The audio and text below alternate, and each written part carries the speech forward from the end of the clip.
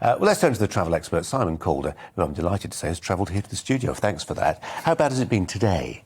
Today has been probably the least bad this week. What we've got is 58 cancellations on EasyJet to and from UK airports, predominantly at Gatwick Airport, its main base.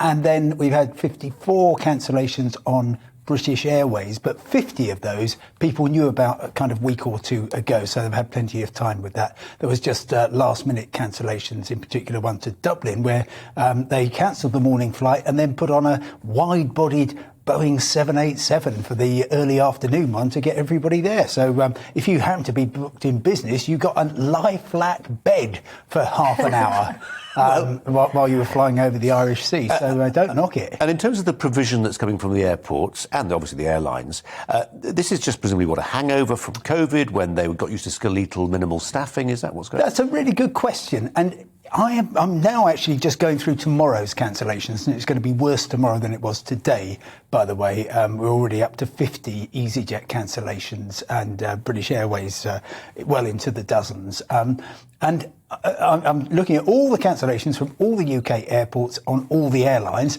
and if it really was just COVID and high rates of staff sickness, as British Airways and EasyJet say, then I would expect Ryanair and Wizz Air and Jet2 to be cancelling flights, and they're not. So a cynical person, I don't know if you ever get any of those on GBNews, but a cynical person would suggest that perhaps this is just under-resourcing and they've over-promised. I mean, basically, they've lost billions during the pandemic. They want to get that back. They see lots of demand. They put on loads of flights and then they think, right, where's the staff? And there's presumably a little bit of hesitancy as well because, we've seen green shoots before. Yeah.